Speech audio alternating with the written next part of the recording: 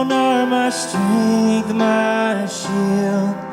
To you alone may my spirit yield. You alone are my heart's desire, and I long to worship thee. Say that again, as the deer.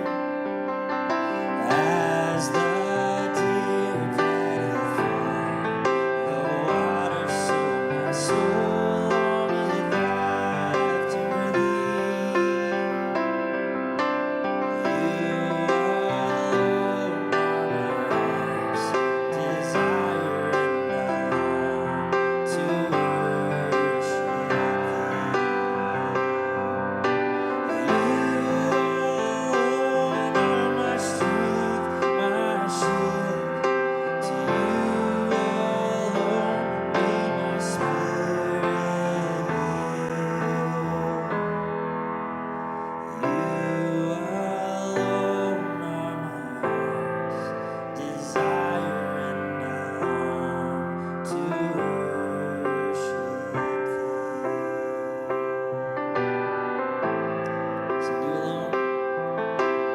You alone are my heart's desire, and I long to worship thee. Father, we love you. We do want to worship you and give you all of our praise, because you and you alone are worthy of our song, of our obedience, of our lives. And we gather in this place tonight to give you glory and honor and praise. It's our hope that as we gather together as your people, that you would continue to give us an even greater desire for you than we have for the things of the world. God, we know how easy it is for us to desire so many things besides you or in addition to you. And unfortunately, many times greater than you. And so we pray that tonight our one desire, our greatest desire, would be for you and more of you, more of your spirit, a desire to know more of your word, to walk in greater fullness in this abundant life you've called us to. Help us grow tonight as disciples. Help us see the beauty of the gathered church and know that you've called us to something greater than ourselves. And lead us out when we leave this place in the power of the Spirit to do the work you've called us to. We do want to pant for you tonight as deers pant for water. And we thank you for gathering us to this place. We thank you for how special it is. We pray that we wouldn't take it for granted every single moment we have together. So give us grace tonight as we encourage one another through the teaching of your word, through the sharing of prayer requests. We pray that you just be among your people and do great things. And we ask these things in Jesus' name. Amen. All right. Ooh. How are we tonight? Good. Fabulous. Excellent. Glad to have you. If you were here last week, we had the rare Wednesday where I had no announcements or updates. And so this week, we're being punished, and we got like 43. So, not really punished, just good things that have come up or that I had forgotten to tell you last week. So, we'll go through these quickly. And none of this is crisis level. It's just stuff I want to put on your radar. So, some of you know, but now we're all going to know together. This coming Sunday in the morning service, we're going to start our service with a baptism, which I'm very, very excited about. And it's our very own Scott Southard. And so, really neat testimony that he had known, if I can share this briefly. I met with him and Christy the other day and just talking about church membership and life and faith and all these good things and getting to know them better. And he's been following Jesus for years and years, but had never followed through with baptism. And the Lord had really impressed it upon his heart to follow through with that. And so we talked about what baptism means and why it matters. And he came back and said, let's do this. And so we are. So Sunday morning, very, very excited for you to officially join our church through baptism. So come Sunday to support him. Very excited. Do what? Make sure you bubble. Okay, well. Okay. Also, if my information is correct, I'm pretty sure this Sunday is Time Change Sunday. that's your business if you need to change your tires. But for us, time change. Just be aware. Some of you, that's the one. Yeah, we move forward. Yeah, it's all a blur with young kids anyway. So we'll see you Sunday. Whenever you get here, we'll be here, kind of thing. But hopefully, you know about the time change. Speaking of the season as well, next week is spring break. And so like we've done the last several years, we are off. We won't have any Wednesday night activities, youth, children, adults for spring break. I'm going to be on vacation with my family as well. That's my baby I hear too, speaking of family. So we'll still meet this Sunday and the following Sunday, just no midweek activities next week, and we'll be right back at it the following week, which is important because that's when we're doing our next business meeting. And there's just some good updates coming at that. For us to know and to talk about in terms of the 377 expansion. Steve and Robert Carroll and I got to meet with a law firm earlier this week to explore the options ahead of us. And so we want to bring you in the loop of kind of where we're at and what we know, but then also to be praying through that together as we have been for the Lord to help us. And so we'll fill you in on that coming up. Also, we are already in the midst of it, but another, not round, Carol Ann, what would we call it? Semester? Opportunity, new class. Anyway, we have another woman that Lynn and Carol Ann are leading through the Embrace Grace ministry, and she's pregnant, and her due date is rapidly approaching. So, okay. So we're excited about the opportunity to do this again. But with that, if you remember last year, we made it through, and it was good. We just got it up and running, and we were kind of learning as we go. So this time we're trying to get ahead of things as we can, but there are many, many opportunities, especially for women, to help support this ministry. And Carol Ann and Lynn have put out in the foyer on the main table little sign-up sheet, different ways that you can support this ministry. Or if you have any questions, Carol Ann's right there, and you can ask her afterward.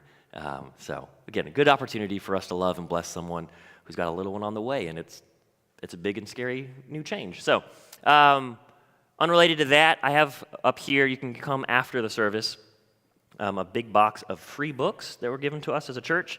The staff and I worked through this the last several months devotionally together and talked through and discussed it, which this works great in small groups. It works great by yourself. But it's called Gentle and Lowly, The Heart of Christ for Sinners and Sufferers. We were really blessed by it, really, really encouraged by it. So it walks you through Scripture and the heart that Jesus has for his people. And so if you want one, it's free. Grab one. Literally, I don't need any more. We have about 30 here, I think. So grab one for you or a friend or a neighbor or whomever until they're all gone. Help yourself. All right, two last things to put on your radar.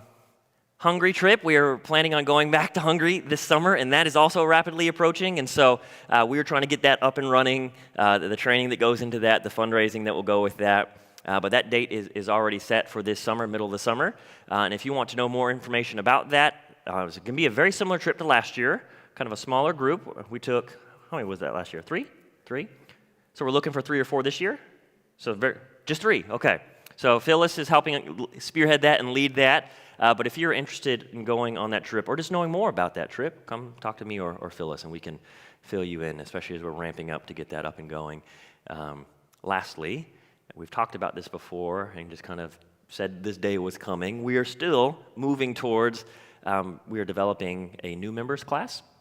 As our church is growing, and we talk about this all the time on Sunday, we're having more and more people who are showing up as visitors or frequent visitors or long-time attenders.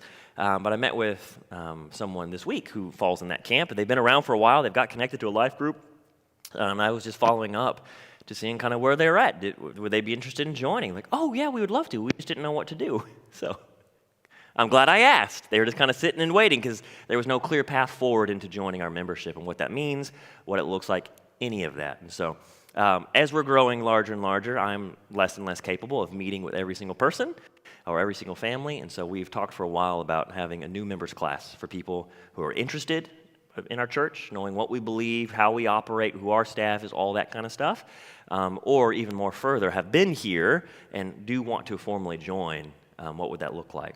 And what do they need to know? And what can they expect from us? What do we expect from them? All those good things.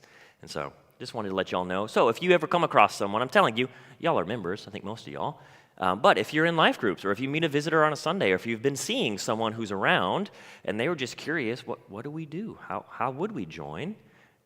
So go talk to Aaron. There's a new members class that we'll get you connected with, and we'll move forward from there. Okay, that's enough of that. Any questions on any of that? It's all good stuff. Okay, so let's talk about Ruth. And what we've been doing, we're going to do some recap at the beginning. We'll finish off where we were last week in chapter 2, or Act 2, as we've talked about it. And then we're also going to backtrack a little. We're going to kind of not be chronological or in order, not linear today. We're going to be bouncing back and forth. Because as I was going through my notes, I realized that we overlooked some really good questions that we could wrestle with at the end of chapter 1. So we're actually going to start back in chapter 1, and then we'll spring forward to finish chapter 2, and then we'll do some kind of big picture recap at the end of chapter 2 before we move into chapter 3 when we get back. But Ruth, just by way of recap and reminder for those who have been here, or just information, catching them up to speed for those who have not been here, we've been working through Ruth, the book of Ruth. What do you remember in terms of background that we said was important for us to know to best understand the story of Ruth? Do you remember?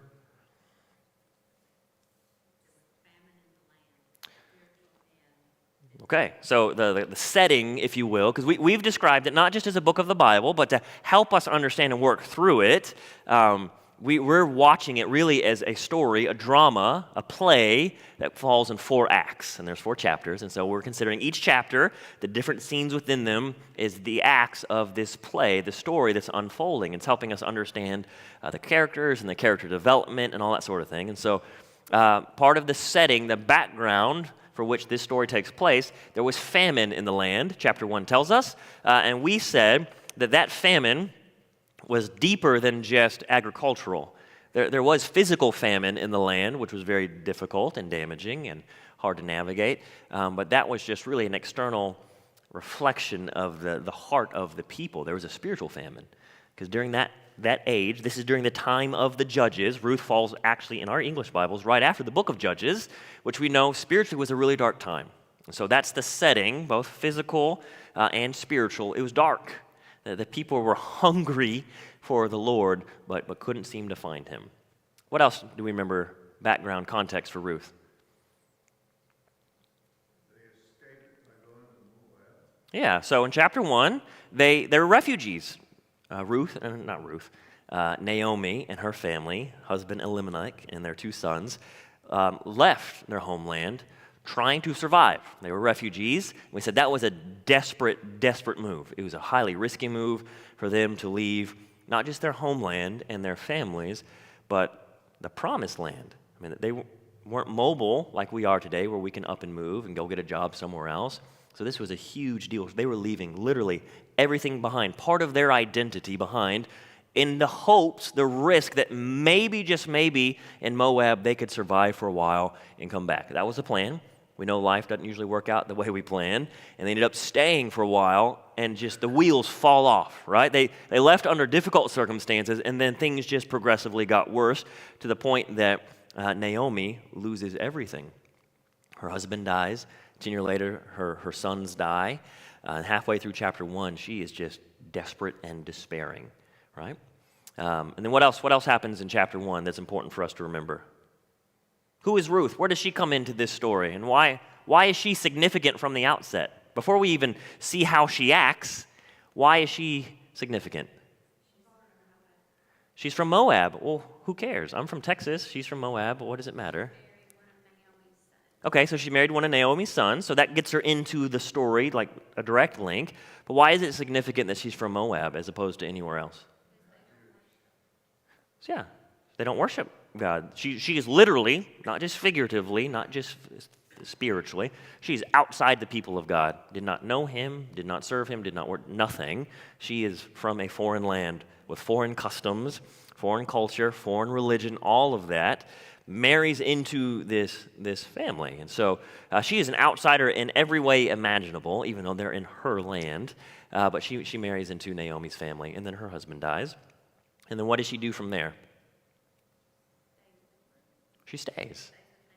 Yeah, she stays with Naomi. And so Naomi, we're again doing a recap of chapter 1. Naomi sees that her situation has gone from bad to worse to just, I don't think it can get worse. And so I don't know what else to do. I have no other ties or connections. I might as well just go back home and die. Let me go back to my homeland. So she tells her daughters-in-law, Orpah and Ruth, I appreciate your love and your concern. I release you. You have no obligation to stick it out with me. Please stay in your homeland. Find another husband. You're still young. You have the chance of surviving and maybe even thriving, connecting with another family. But as for me, I'm dying and I'm going to die. I'm going to go back home.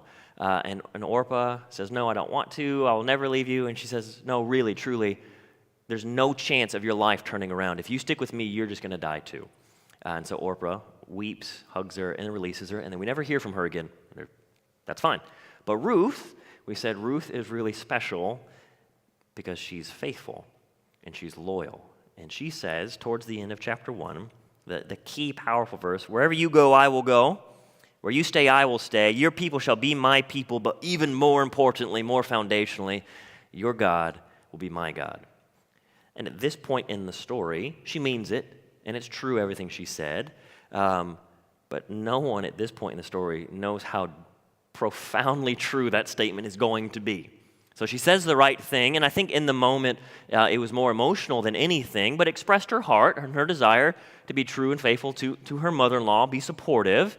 I'm throwing my lot in with you. Whatever comes, we're going to bear it together. So initially it was just about Ruth and Naomi, that level of faithfulness and loyalty and support.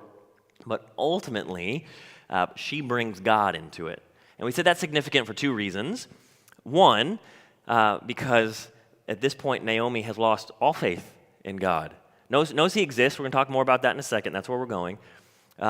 But she's very, very disconnected. She is empty. She is broken as a woman. She's lost everything that she once knew.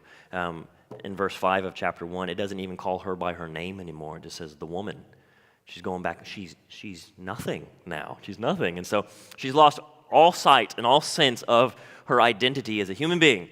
And yet Ruth here kind of speaks a blessing over her in ways that neither of them could foresee at that moment. Your God will be my God. We're bringing God into this. So she's showing faithfulness to Naomi, but really, bigger picture, what we're watching for is God's faithfulness, not just to Naomi, but in big picture to his people. So we get to the end of chapter 1. Naomi, with Ruth and tail, comes back home to Israel. And what's the response of the people? She comes back home to Bethlehem, where she was from, and what happens?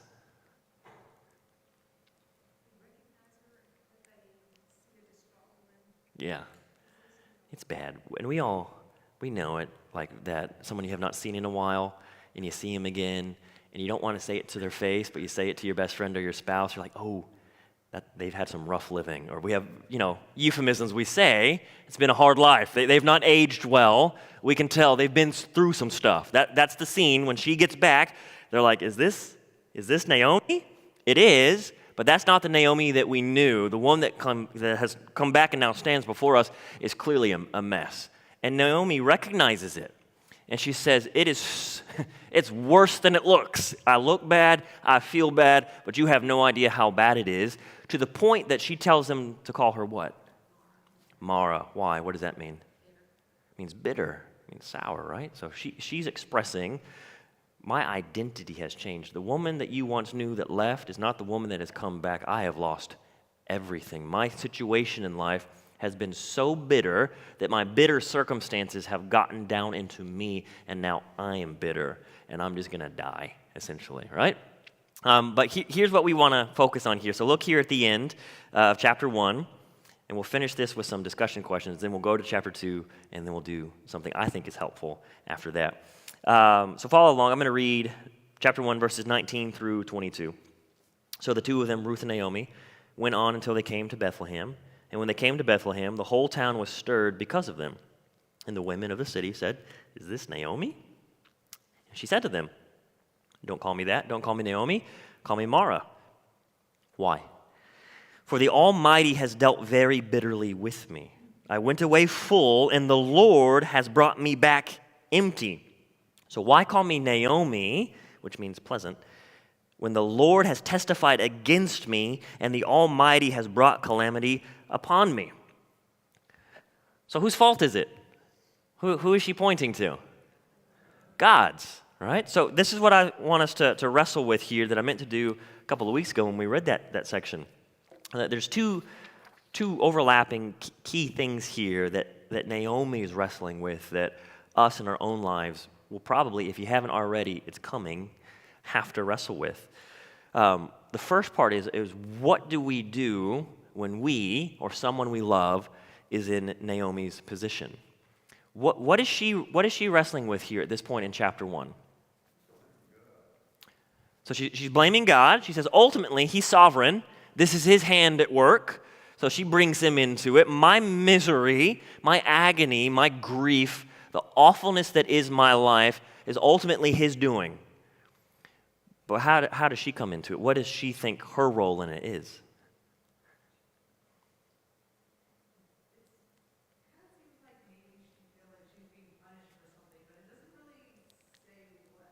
So messy, isn't it?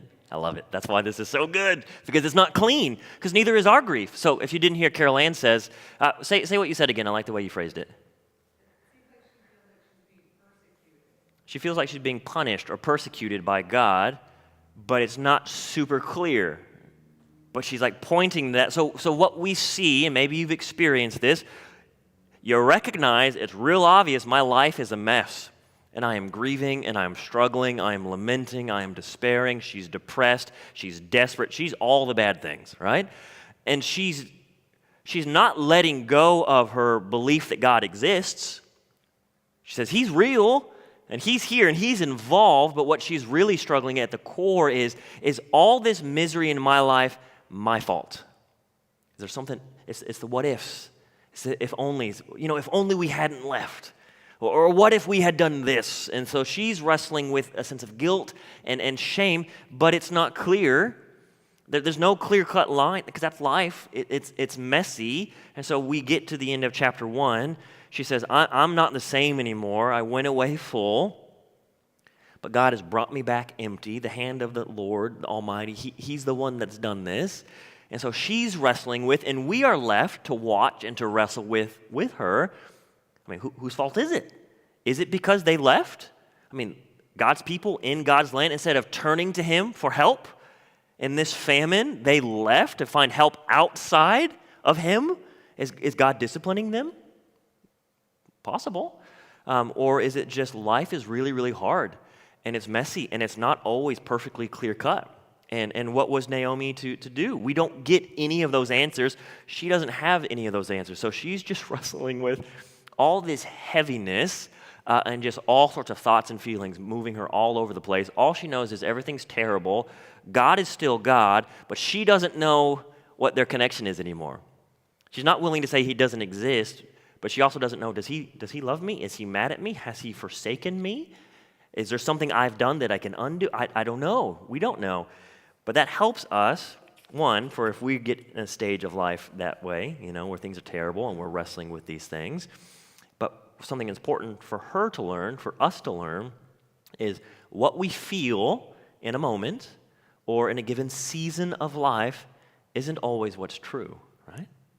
So your feelings are real in the sense that you're feeling them, but we talk about this a lot. We want God, we need God to be our anchor in the ground, as we sang a Sunday or two ago, because what we feel and think is really limited to our own experience, but also our understanding of our experience. And we don't know all things and can't see all things. All we know and see is what's right in front of us, and even that not very clearly. So we need to remind ourselves what we feel isn't always what's true. So Naomi here feels like God is against her, like directly opposed, punishing, disciplining her for something. Feels like she left full with a decent life, but now he's brought her back and he's emptied her of everything. He's taken everything from her, but that's not entirely true. That's one way to look at the story, but it's not the only way, and it's also not the truest way. So you can't see it yet, but God is absolutely up to something, right? God is moving, he's at work, and Ruth, of all people, is going to have a key role in the midst of it. But at this point in chapter 1, at your point in whatever grief you're dealing with, you can't always see the bigger picture of what God is doing. And so you don't stuff your feelings down. You don't act like everything's okay when it's not, but you remember and you trust that he knows what he's doing and he never forsakes his people. So Naomi's going to learn that the long and the hard way, same as we do. Look now at verse 22 of chapter 1. Two last things and we'll move into chapter 2. So Naomi returned, and Ruth the Moabite, her daughter-in-law, with her, who returned from the country of Moab, and they came to Bethlehem at the beginning of what? The harvest.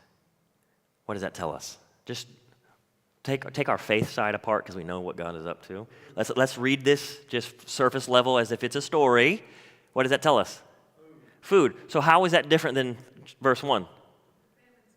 The famine's gone.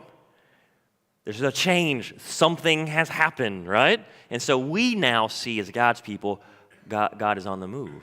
So they left, hoping to find a way to end the famine in their lives. It just got worse and worse and worse. Meanwhile, God never abandoned his people. They come back after trying their own thing, doing the best they can to make a way for themselves. It fell apart horribly. They come back and they see that God has taken care of his people. Famine is over. Physically speaking, the harvest is coming. But in terms of a story and character development, what does this signal to us? Harvest is coming spiritually. Something's going to change for Ruth and Naomi, right? And then we pause there. We say that's a commercial break. And so we're left, what's going to happen is things going to turn around. And then we get into to chapter 2. Let's talk about chapter 2 quickly, and then we'll finish chapter 2. So the beginning of chapter 2, Naomi was still in her funk, her depression. She's come back to her homeland, which is good, but they are desperately poor, impoverished, and things are not looking good. We said apart from anything else that they need, the most pressing need was one of the most pressing human needs. They need food. They need to be able to eat. Well, they have really next to no options. The only option they have is an Old Testament law that God had given to his people to care for people in their position, widows, foreigners, orphans, those who are down and out, and they're allowed to come through people's fields and glean, just take some of the scraps off the corner, so they're not just totally on their own, right? That at best is still really hard. It's difficult. It's manual labor. It's going to be hot. It's going to be exhausting. There's no guarantee that there's going to be much.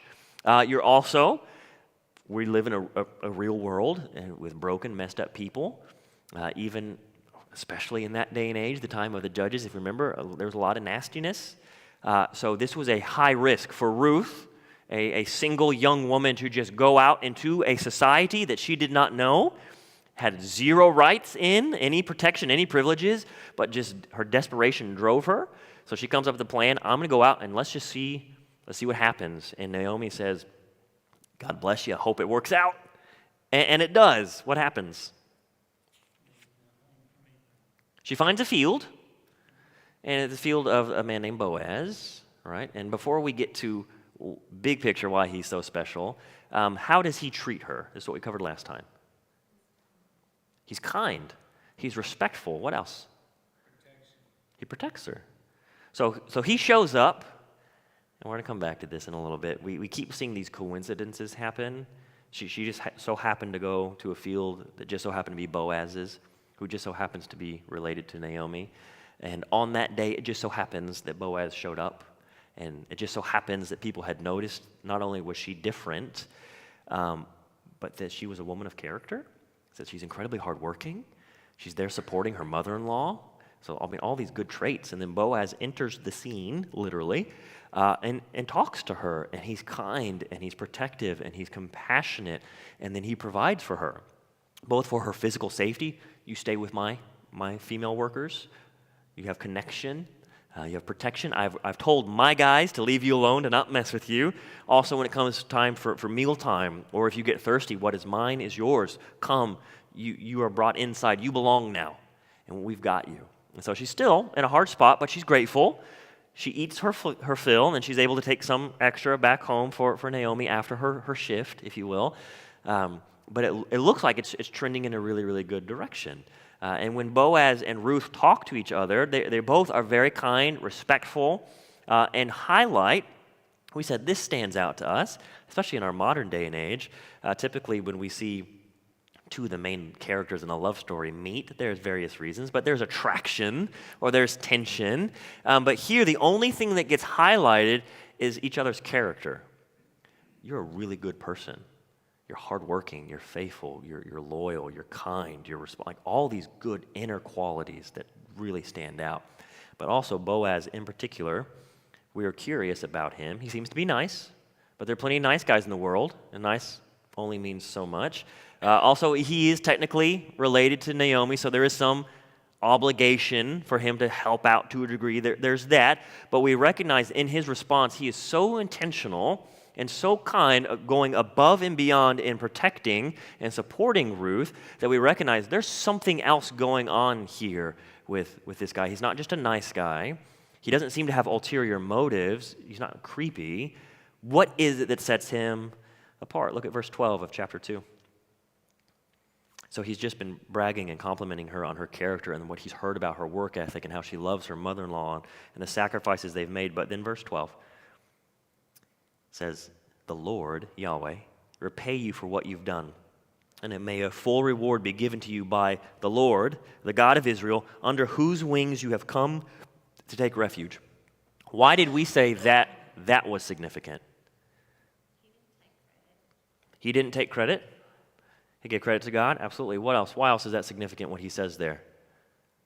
That's a load-bearing statement, if you want to think about it that way. He says the Lord led them to him. Okay. He sees God's hand in bringing them together? Absolutely. Why else might that be significant, that he mentions God by name twice and it says ultimately it's under his wings that you belong? Who's he talking to?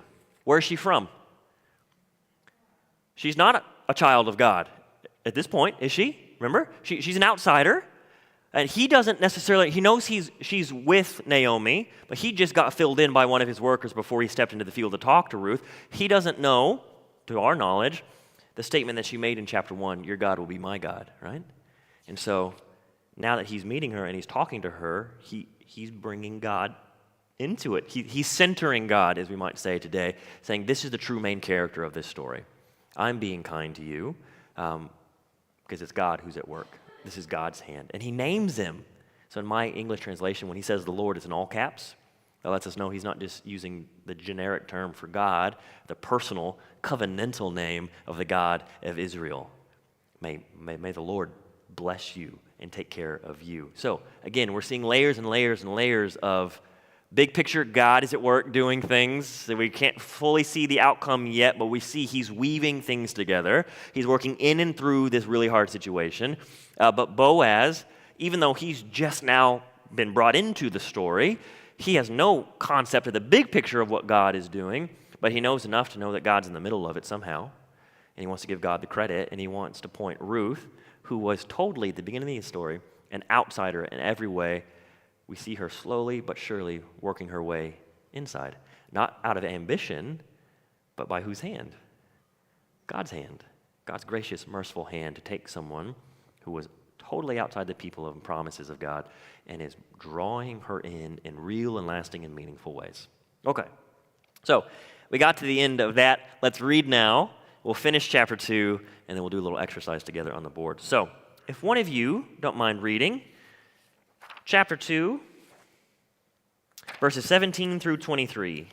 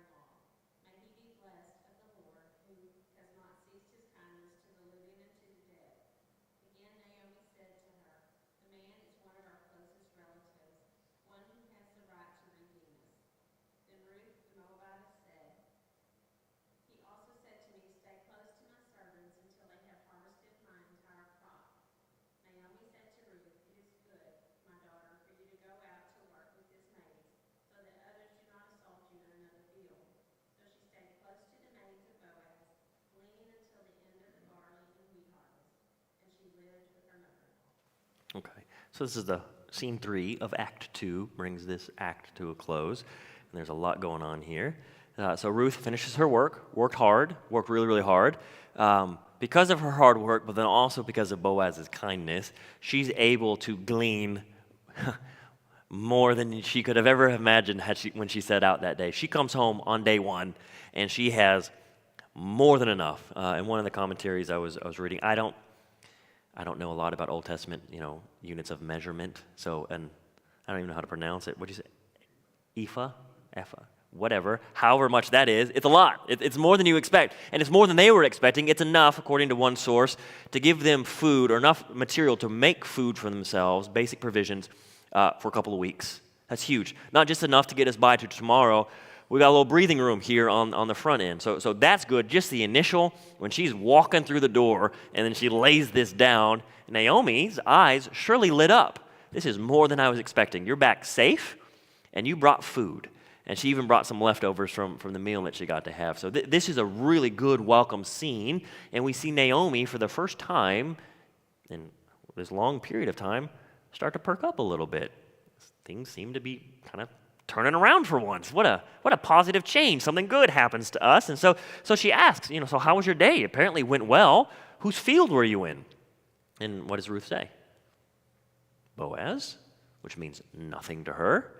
How does Naomi respond? Boaz, you say? Okay. And we don't know, so I always want to be careful. We want to remember these are real people in a real situation with real feelings, so there's going to be more depth here, but we don't want to read too much into it. But I like to imagine, like any one of us, if someone tells us a cool story about someone, and they're like, oh, well, who was it? And it's someone that we know really well, a kind of a little grin comes up, and like, I know that person. Or that's who? We're actually related. And so there's some of this there. There's that level of like, oh, what a neat coincidence. But Naomi knows enough at this point in her life and her relationship with God, as rocky as it was on her end at this point, something's going on here, right? We're going to come back to that, but something's going on. She sees it. Ruth has no clue, no idea. She doesn't know. Okay, he's a cousin. Wonderful. She doesn't know what all goes into that, right? She's an outsider. She doesn't know their ways or their customs, but Naomi does, and so she sees something's happening here, and she speaks a blessing over Boaz. May God bless him for his kindness and his goodness. By the way, he's one of our relatives.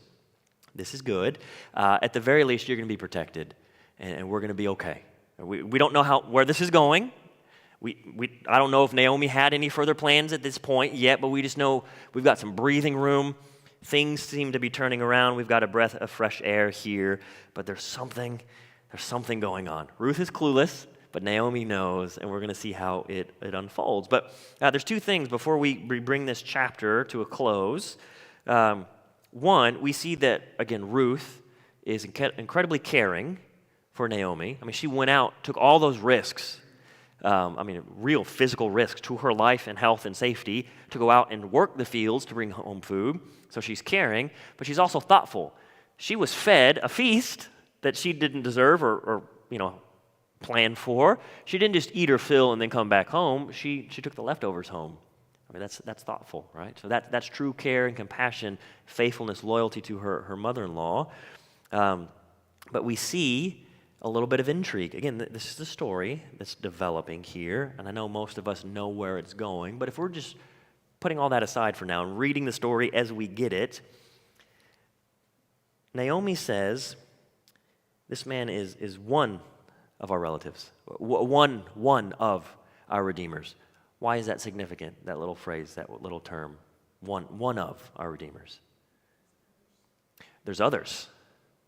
So in terms of just storyline, that's intrigue. That's suspense. We like Boaz. We've been introduced to him. We think he's the guy. We want to see more of him. Hopefully there's something there between him and Ruth.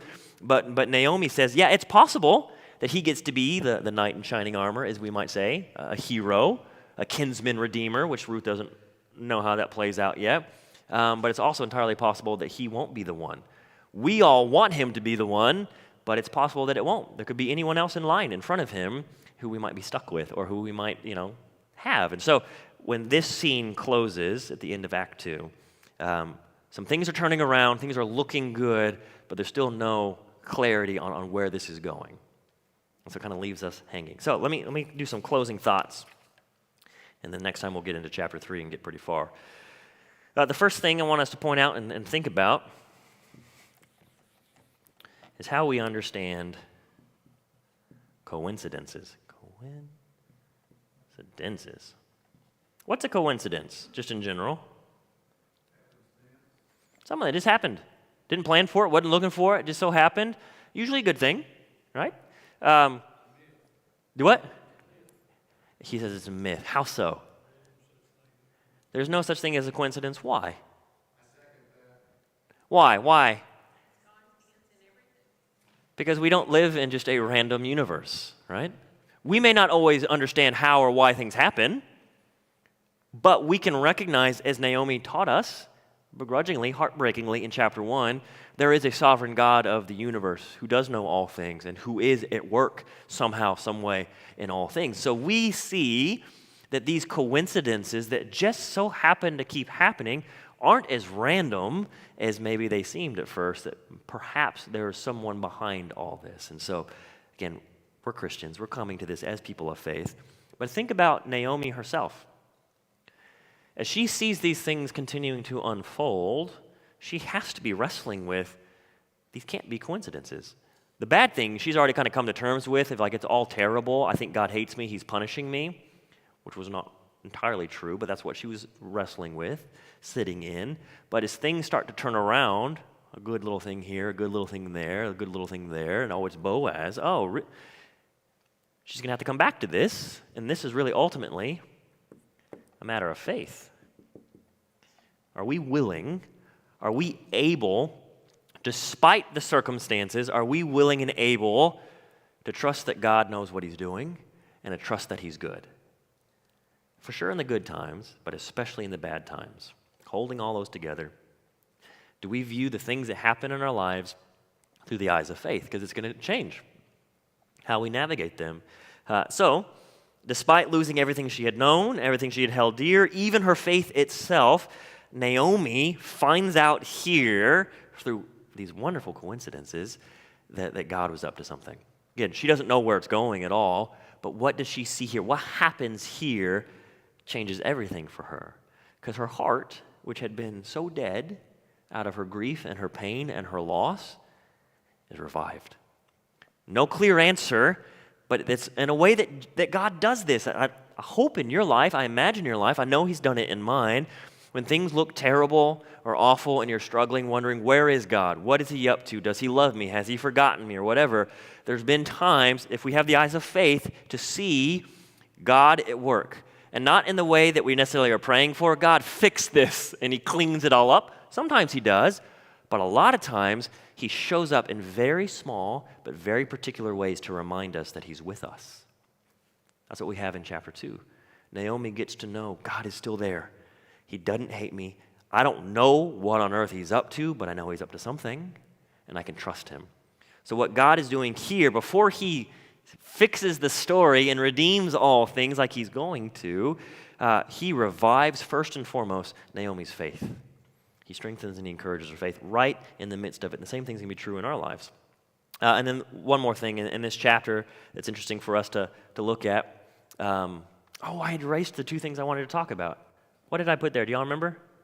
Pop quiz. Gleaning and field. Thank you. So, gleaning, we said there's layers to everything that happened in this story. So, surface level, the gleaning is Ruth just picking up the scraps of what's left over, trying to make something for herself, right? Trying to take something home. We recognize, through the eyes of faith, the bigger picture, the deeper picture of this story. Ruth and Naomi are working through the scraps of Naomi's faith. And Ruth is really kind of gleaning those, but we'll watch and see what God can do even with scraps, right? And then the field part that was so important, whose field did she find? Well, it's Boaz. And again, what a wonderful coincidence. But what we recognize is it's not a coincidence that was his field, because whose field ultimately was it? Whose land are they in? God's land. God is with his people. He's working for his people, even when they can't see it. If we have the eyes of faith, then we will start to see it. But lastly, in terms of literary themes, Chapter 2 is all about seeking. So Ruth went out seeking just help, work, food, any options to help survive, help her and Naomi survive. Naomi, at the beginning of chapter 2, is not really seeking anything at this point. She's just kind of given up and is just going to take whatever happens. By the end, again, as God revives her heart, she's going to start seeking him and seeing what he's up to and following him and turning Ruth to him. And then Boaz, on his end, he's seeking the Lord in that he doesn't know truly what to do with the situation. He's wrestling with what do I do with this young lady from Moab who's here. It's complicated. There's connections. She's in danger. I have some obligations, but what does it look like? And so he's seeking the best way forward. But most important, big picture of all, is God. God is always seeking the hearts of his people and the trust and the faith of his people, because he's seeking to care and provide for his people if they'll trust him and follow him. So that's the big picture umbrella theme that we see by the end of chapter 2. I'm mostly out of time. I want to take 2 minutes before we get to prayer. I want to do a quick chart for us to track some character development. This is where y'all come in, because you're going to have to yell out some qualities. How much time do you think went by by the time they went back to Bethlehem until she met Boaz? I think, according to the end of chapter 1 and beginning of chapter 2, so they show up at the beginning of harvest. And so that's where I think Ruth gets the idea, well, let me go glean. So I think it was pretty quick, because the workers are out working the harvest. So they show up and things get moving pretty quickly. So in terms of character development, what do we know? How would we describe Naomi in chapter 1? Dumpster fire. Okay. That's a good way to put it. Her and her life feel like a dumpster fire. What else would we say here? She's hopeless. She's despairing. She's hopeless. What else would you say? Do what? Bitter. The name Mara, right? Yeah. We're going to say just depressed and everything that goes into that. She herself is in famine, right? She feels empty. She feels hopeless. She's bitter. She feels she's being punished by God.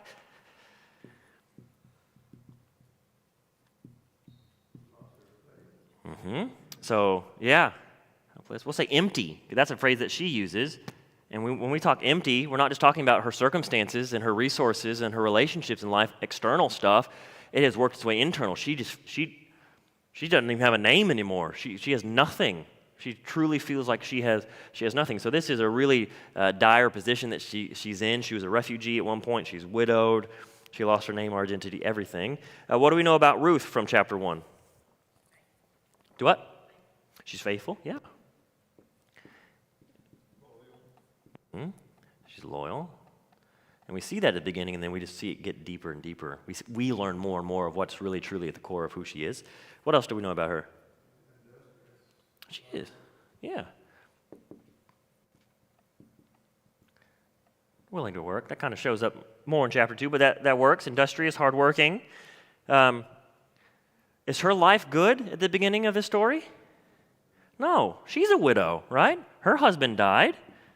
That's hard, so she's got grief. She's grieving. And then also, at the key, in terms of the story, from the outset, she's very much entirely, in every way possible, an outsider, which makes her stand in sharp contrast to everything she goes through. And then, in chapter 2, we do see something positive from Naomi. She does care for Ruth's safety. I mean, she lets Ruth go out and work, which is one thing. But she does care that she doesn't get assaulted or attacked. There's that. But the biggest development is all, as true as all of this is, and as heavy as all this is, if you've ever been there, we see her suddenly have this radical turnaround, but we see her turning towards God. We see her eyes opening, and now she's watching for him. So we're going to say eyes open for God. And that's going to be a huge turning point for her. And then Ruth, we get more of the same. We see her being industrious. We see her being faithful and loyal, hardworking.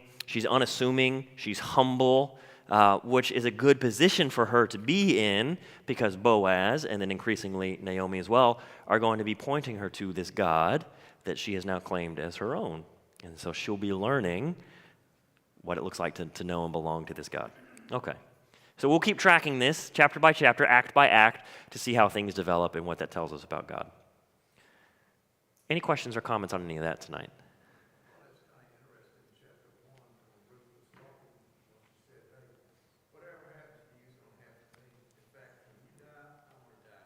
Yeah.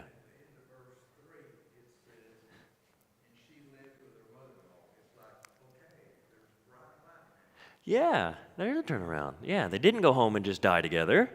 So there's some signs of life, and she lived. This is ongoing. Yeah, that's a good point. Good catch. Okay, anything else? Any other comments? The ethnicity of it, can they visually see that she was different? Or were they like, say like one of us is not a Christian and both, Yeah. you couldn't tell. Okay, he was asking with Ruth being from Moab, how obvious would it be that she was from somewhere else?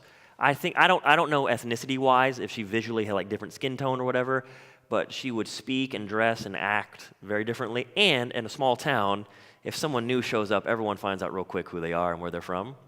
And so even if the people didn't personally know her, they would know her, if that makes sense. And they knew enough about Moab that they would put that together. So it'd be very clear that she was not just new, but she was different and an outsider. What kind of combine did they have for their harvest? I have no idea. What kind of combine did they have for their harvest? The Bible doesn't tell us, but we'll talk next time. It's about chapter 3 and threshing floors and